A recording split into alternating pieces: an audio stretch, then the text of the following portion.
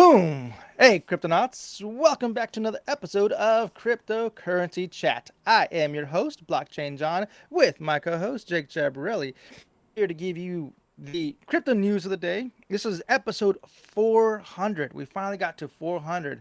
What do you think about that, Jake? Lucky number 400. 400, man. Yeah, We made it. yeah, We we made made it it. to It's only the beginning, 400. though. Yeah, it's only the beginning. When once we have hit to 1400, then we can look back and go, "Ha, we were such noobs back then." Oh my goodness. Yeah. So, yeah, it's good. It's good. It's a good weekend. This is the beginning of May, first day of May, and it's a weird May because I have my birthday in this month, and I'm used to Mother's Day being closer to my birthday, but it's really far away from my birthday this time. So Mm. normally, Well, go ahead. Star Wars Days is coming up, right? Yeah, the Star Wars days, right? Also, Uh, also Bitcoin Pizza Day. May the 4th, and then of course Cinco de Mayo. I know I'm saying it wrong, and then Revenge of the 6th. So, looking forward to all the holidays that we've made up in the last 20 years, except for Cinco de Mayo, which has been around forever. The So, the biggest one that's going to be coming up is Bitcoin Pizza Day. That's going to be a cool one, man. We got to which buy one? pizza Which for day that. is that? Is that the 16th or That's the? the actually I posted it because I already forgot the date. It's on C3 Media General over here. Let's see, scroll up on May 22nd. Okay, cool. Yeah. Yep, that's one of my friends' birthdays. I'm not gonna say who. Don't want to embarrass them. Anyways, Bum, bum, bum. so yeah, let's. You get the plug. Let's do that. It's Cryptonauts. We do have a lot of awesome stuff going on here with C3 Media, Cryptocurrency Chat. You can check us out on YouTube, Discord, Twitter. We're building up our website. We have a bunch of referral links here on our coin tree. And if you just want to help, donate some crypto, we do have a crypto wallet here. You can donate some Bitcoin, Ethereum, BNB, Raven, BAT, Litecoin, and a bunch of stable coins. With that said, I think we should get started with the Oh, what about the crypto job? And quote the we were doing crypto. Yeah, crypto well, yeah, job and crypto then the quote. crypto quote. Right. Sorry. Let's do let's do the Yeah. crypto quote of the day. New format. Crypto quote of the day is our new little thing. Bling bling. I wish I had some sound effects. Yeah. I'll be my own sound effects. Bling bling. The quote of the day is: If you don't believe it or don't get it, I don't have time to try to convince you. Sorry. By Satoshi Nakamoto. Exactly. All right. And the crypto job? What's the crypto job? Crypto job of the day. So if you head over to our Discord, we do have a bunch of channels. One of them is a really cool channel called Crypto Careers. You can head over there, and this is updated regularly. There's a bunch of new jobs. So if you're into crypto and you want to get a job into crypto, this is a good place to come check out. So I'm going to check out this job here by BitGo. I have the page open here. I'm going to read it to you guys. This is for the staff software engineer backend blockchain operating system. Okay. BitGo is the leader in custody and security solutions with over $60 billion in assets under custody. Founded in 2013, BitGo is the first digital asset company to focus exclusively on serving institutional clients. In 2018, it launched BitGo Trust Company, the first qualified custodian purpose-built for storing digital assets, and establishing BitGo New York Trust in 2021. BitGo also offers market-leading trading, lending, borrowing services, and supports over 400 digital assets on its platform. BitGo provides the security and operational backbone for more than 500 institutional clients in 50 countries, including many of the world's top cryptocurrency exchanges and platforms. BitGo is looking for a staff software engineer to join our blockchain OS team to help us build resilient, robust services and are responsible for working on critical projects with limited or no supervision. This role can be worked remotely so long as your home base is Metro San Francisco, Palo Alto, NYC, Austin, Seattle, Salt Lake City, or Toronto, Canada. Responsibilities, really quick. Actually, what should I read? What is more important? What do you think, Jake? Responsibilities, skills, or required? I think it's probably most important what people have as a bare minimum. Just So because you required. need people to know what they absolutely must do. Everything else is really, normal job stuff in my opinion. But All the right. bare minimum, like what do we need from you primarily? Okay, so Because what BitGo needs from you primarily is minimum of 8 years in building enterprise level applications on a cross-functional agile software development team, strong development experience with any of the JVM languages, preferably Java or Kotlin, experience building web services, preferably using REST, development experience building microservices in Spring, experience with asynchronous messaging technologies such as Apache Kafka, JMS, or RabbitMQ, experience working with public cloud development, preferably AWS, strong relational database experience, experience in an agile development environment with continuous integration and continuous delivery using tools such as Git, Docker, I always forget that name, Kubernetes. Kubernetes. Experience with production, troubleshooting, and analysis using log/debugging tools such as Grafana, ELK, Splunk, or New Relic. Highly proficient in understanding new technologies, accomplishing projects goals successfully. So if you're a There it programmer is. and you're intuitive, you're probably good for this job. There it is. So check it out. Apply. Join our Discord if you want to apply for it. All right, now, Jake, am I first? I think I'm first. For the crypto news of the day, we're going to transition over to crypto news No, of no, the I'm the day. one going first. I'm doing the $1 million in 8 years for. Oh no, no, Ah, Mexico. No, okay. you're right. Mexico was first. My bad, because it came earlier Okay. in the day. I forgot. I moved my tabs around, and I forgot that you were No first. My worries. bad. All right, so this is written by Dimitar Zanzarov. Mexico City Senate building has a Bitcoin ATM. So if you guys don't know, this was actually reported a couple days ago that in the Senate building in Mexico's uh, capital city, they actually put a Bitcoin ATM inside of the Senate building. That's like freaking awesome. You know, just to do that, that's like an iconic moment. I don't think that's happened here, has it, Jake? In the States, I don't think it has. These are all like in private Inside of a businesses. no, yeah, it's always private business. I've never seen any Bitcoin ATM inside of a federal building. That's insane. Right, that's so crazy, right? So this is like one of those biggest things. Like there it is, iconic. They're still growing their Bitcoin ATM machines in Mexico. I mean, it's still slowly adopting it. They expanded over to Cancun, Tijuana, Guadalajara, and Culiacan. But they still got some more to go. They only have what a little over a dozen ATM machines. But hopefully in the near future they'll start expanding. Let's see what else was being said. Is Bitcoin becoming close to legal tender in Mexico? What's your guess, Jake? Without reading it, what's your guess? I don't know if it's going to be legal tender per se. I mean, I know Mexico in the past has had pretty high inflation. That was in the 80s. I would say they're still hesitant on it. Yes, I CBDC, think the yes. officials. Bitcoin, no. Not yet. What was that? I say CBDC, yes. Bitcoin, no. Not yet. Yeah, and that's exactly what's written here in this article that they're talking about. Looking at a CBDC, And a, no, like I did not read a the article. I do technically have it up on the screen. I didn't actually read it yet. So yeah, they do have I think they're looking at a peso CBDC. Um, the thing about CBDCs, in my opinion, if you start looking at all the nations that are adopting CBDCs, in my humblest of opinions, CBDC, I'm gonna directly correlate with dictatorship. 100%. There is no if, ands, or buts. The only thing I do like about it is that it brings more awareness to what blockchain technology is to the masses. That's it. I'm not saying that CBDC is a good thing. I'm saying that bringing awareness of blockchain technology and what it does for the globe is a good thing. CBDC to me is just a government token backed by private banks to give ultimate metadata control to governments about their citizens. To me, that's a dictatorship. What do you say about that? Am I crossing the line there, Jake? Mexico City is a dictatorship?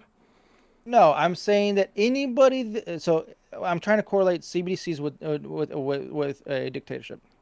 Any nation out there that's creating a CBDC, and we've read a bunch of them. A lot of nations are coming out with their CBDCs, and I'm concluding that anybody that's working with a CBDC or coming out with one is pretty much what they're doing is just creating a token to control the masses. No, I don't think that's the only reason. I would say that not every country is interested in pure hegemony. But that's just my opinion. I mean, how do I know? But I guess the way I think of it is CBDC is an attempt for a nation to get into um, a digital currency. You and I think of CBDCs as dictatorship esque. because we already know that that's kind of what's happening with El Salvador. But I don't think that the people creating it necessarily are thinking we're here to own these people. I don't think that's what it is. Particularly when it comes to my opinion of the United States. Even though I lived in the United States my entire life, I honestly think that the intent is not to own people if they ever went with the CBDC. I think the intent is to make money transactions easier and faster. It can become dictatorship-like, but I don't think that's the point. And so, would I say every other country that's done it? No, I wouldn't say every other country that's done it too is also interested. I think they're honestly interested in the benefit of their people, but we know how easily it can be abused, and that's the reason we're worried about it. So, maybe you have a slightly different perspective on it than you do in that sense. Perfect. All right, we'll close this one out. That's it for Mexico City. All right, next news. All right. So, how can Bitcoin reach 1 million in 8 years? Arthur Hayes explains.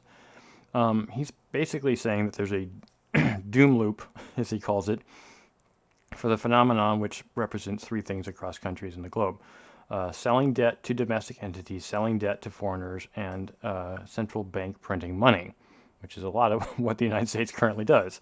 And that's why he's postulating this concept of doom loop.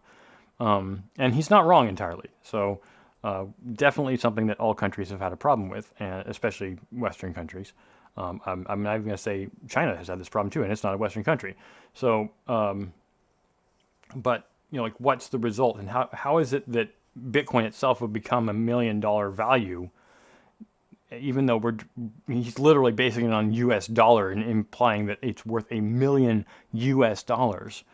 One, inflation, right? That's part of it, but it's two. It's kind of he's blaming hodlers. He says hodler culture could hamper the network's performance when all Bitcoin blocks have been mined, since miners would no longer receive block rewards and they rely on transaction fees.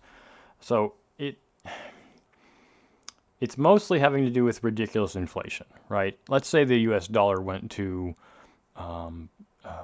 being worth 0.0001 cent, which is possible, although unlikely, because it's so heavily used throughout the world. But it's in that point, it's a transition between the U.S. dollar being valued as a world currency to Bitcoin becoming valued as the world currency. And so, of course, it would look like it's worth $1 million, when in fact you're comparing it to the U.S. dollar, which at that point is worthless. So it's like, oh yeah, it's worth $1 million US that don't have value anymore. So it could be, but I hate to go into more detail, but I'm going to try to sum this up really quickly. Your opinion of what, and I'm making a bold statement right now, of what teleportation would do for the world is wrong, because you're basing it on your current knowledge. This is the same problem with what Arthur Hayes is saying. Your current knowledge of what the U.S. dollar is worth is not even what it's worth, right? U.S. dollar is worth practically nothing compared to what it was worth 100 years ago. Why? Inflation. Inflation's only going to get worse, and this is why he's saying it could reach $1 million within 8 years because of inflation. I just bleeped myself out by saying something that way. And he's not wrong, in my opinion. If inflation keeps up where it is, 8.5% like it is right now in the U.S., he's absolutely correct. It will definitely happen. And that's the problem, is because the value of the dollar will become worth absolutely nothing. And so, of course, $1 million. It's like, what was it, when in Nazi Germany, when the what's it called, 1930 U.S., when the dollar became almost worth nothing. Inflation was like 20%. It's the same problem. You're comparing it to a thing that has no value. Let's compare it to the Russian ruble, right? It's a question of your understanding of the dollar or the unit you're comparing it to. So, yeah, he's right. What do you have to say about it? I think you hit all the points there. Yeah. Okay, well, let's Head move on on. to the next one. Yeah, BAYC. Oh, no, that's Slovenia. Sorry. Slovenia. So this one's written by Dimitar Zanzarov. Slovenia ranks as the world's most crypto-friendly nation, which is kind of cool. So there's this private, aviation firm that goes around Europe, and I guess they've been collecting data on which nation has been being crypto friendly. And surprisingly, the around Europe, Slovenia is number one. Second comes Prague, and then third is Madrid, Spain. So that's kind of cool. I mean, on a private jet, go to Slovenia, Prague, and Madrid, and try out your Bitcoin there. Me and I probably would go to El Salvador if you ask me, just because I think my Bitcoin would probably go a lot farther in El Salvador than in Madrid. As I studied the economics in Madrid, and they are very, very similar to San Francisco. So if you know anything about San Francisco, it is very, very expensive. So yeah, that's pretty much what it talks about here. Let's see, and that USA has over 30,000 Bitcoin ATMs that we pretty much rank first in the globe with Bitcoin ATM machines. Yeah, that was a quick one. Yeah. Well, we're halfway through the. So let's just continue on here with BAYC's other side. Nearly $200 million. Remember, dollars aren't worth what they used to be. Hmm. Gas burnt in hours. ApeCoin crashes 30%. Oh, that hurts. Um, Hmm. Did you get into that? yeah, what actually what was going on Ape itself or the actual ape coin. news? No, I haven't Did bought you get any ape ApeCoin. coin? No. No, I Oh, haven't bought okay. any ApeCoin.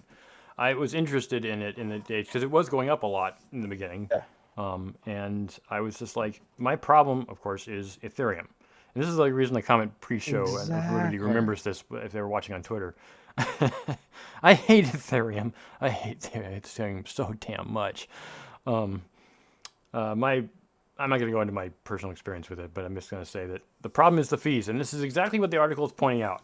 The massive demand led to ETH fees being worth $200 million. Well, ApeCoin's price slumped, right? Right? Okay, so if you have to spend $100 to move $100, Yeah. why are you Yeah. doing it?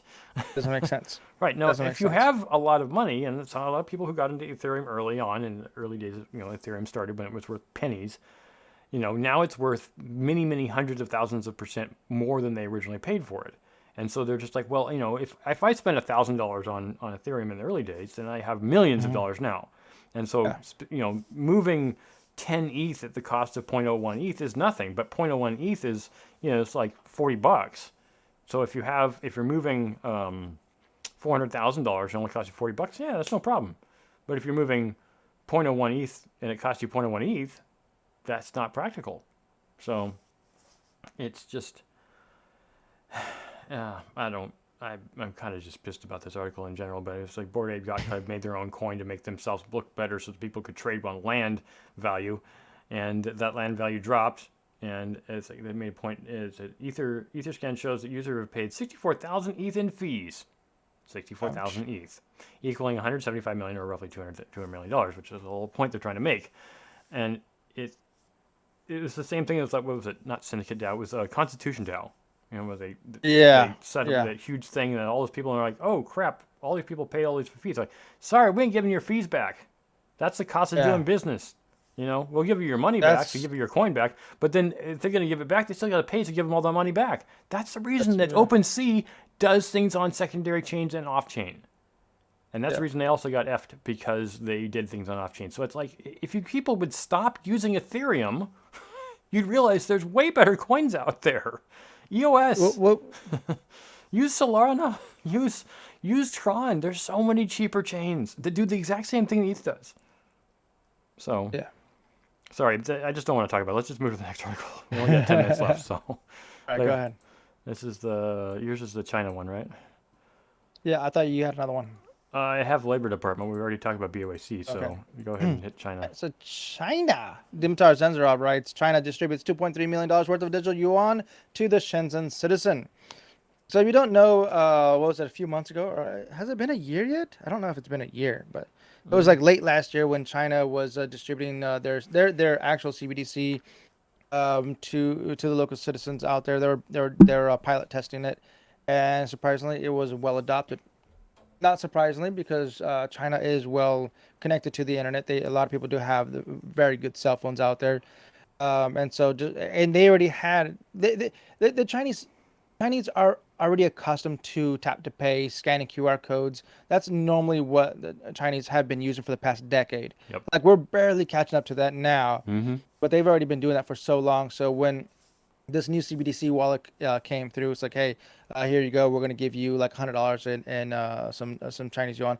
So, people are like, oh, okay, sure, why not? And they just use it. So for the adoption wasn't bad. People were able to use it, and businesses were able to do the transaction without any kind of issues because they've already been doing tap to pay and scanning QR codes with no issues.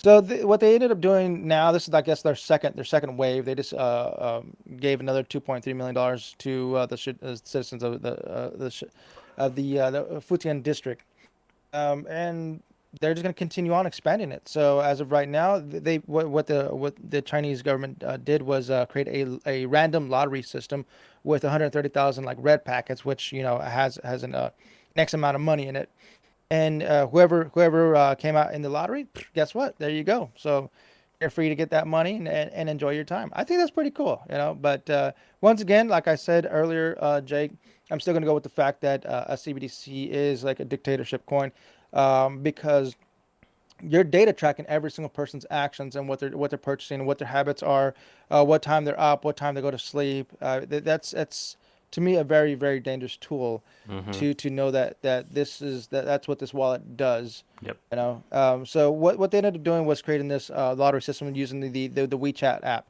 So yeah, that's pretty much it Yeah, no, on it's this one. it's it's we do have some time now, but at the same time, I think it's important to make note that being in a police state like China literally is living in, or Chinese people are living in the sense that the government can see your every move and do your everything, and basically has you completely digitally under their thumb.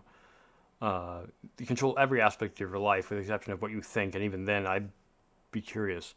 Um, is I don't even know if the Chinese people know what they're giving up, because Well, we talk that about. that that that goes the same with the El Salvadorians downloading the Chiva wallet. That video that you showed me the other day when I watched it last night, that kind of opened up some light, To what's really some going on. understanding of what Yeah. that wallet's all about. Yeah, no, the thing that I've seen is like I watch, and I'm happy to talk about these guys. There's a guy, Serpent ZA and Sea Milk, who are both expatriates who used to live in China, and were perfectly happy to continue living in China until they got chased out. And they still talk about China today and all the terrible faux pas, and all the terrible things that China has done to its citizens, and they know firsthand because they were there. And obviously, being two Caucasian guys, they don't look Chinese, but um, they know exactly how people are treated within the country, and it's horrifying. Honestly, it is some kind of 1984 shit, because it is, complete utter hegemonist control.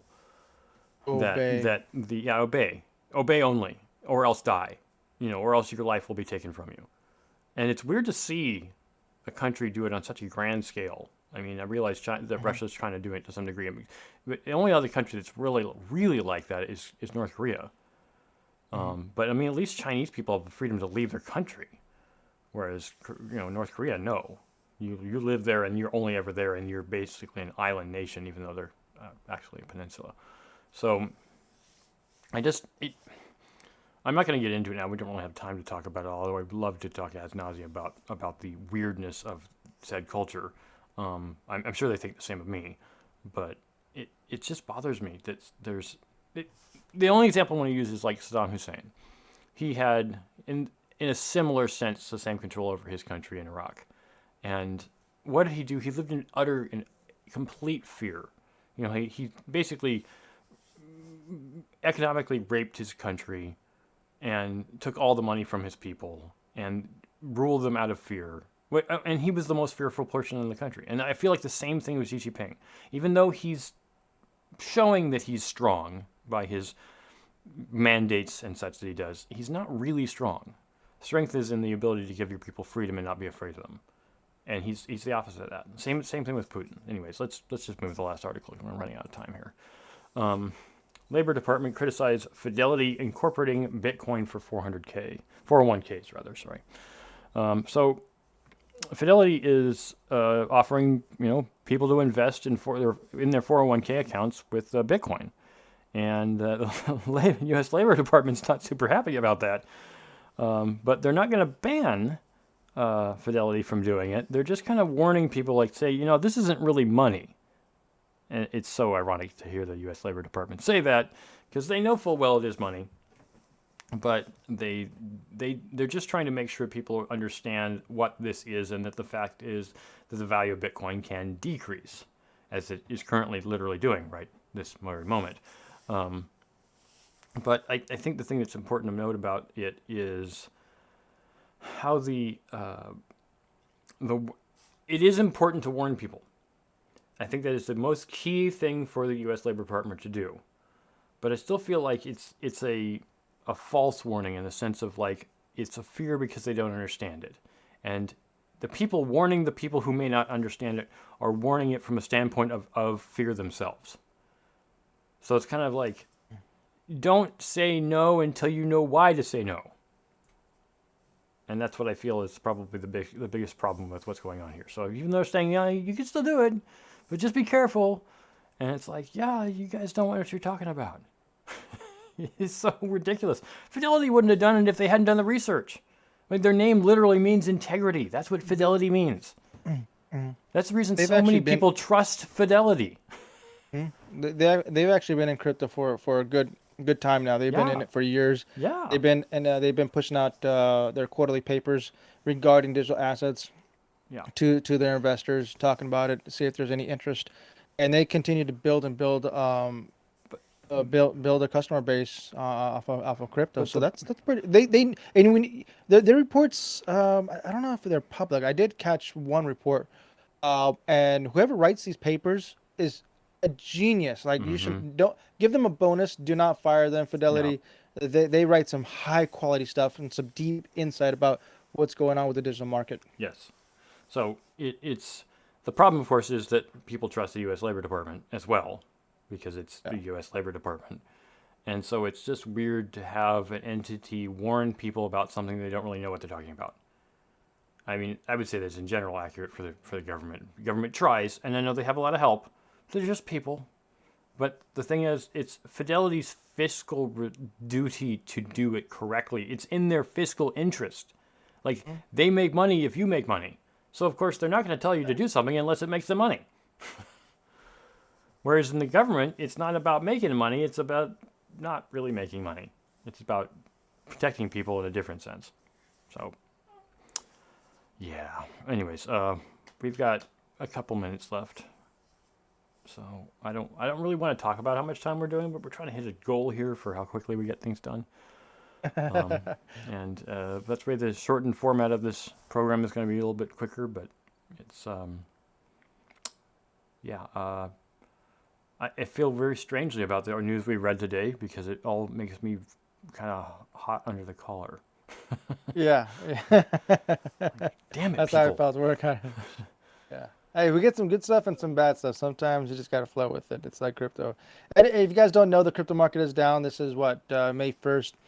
And everything's down. So if you want to buy some crypto for a discount, I think right now is a pretty good damn time. Yeah. I'll tell you what, man. Buy I'm gonna have to confess to you, Jake, that I am being a FOMOer, and I bought some crypto yesterday. Oh, what's wrong with that? You bought it. You're buying the dip. It's a good thing. And if it goes down another, I'm gonna say another 5% to what it is now, I'm gonna stack some more. Yeah. Stack those sats, man. Yep. I'm like literally, I'm just like about 5%. It's like, should I do it right now? It's only 5%, but like, I want to reap the rewards. Like, yes, I beat the market. I got in where I wanted to get in. But, I gotta hold my diamond hands and hold my iron fist strong.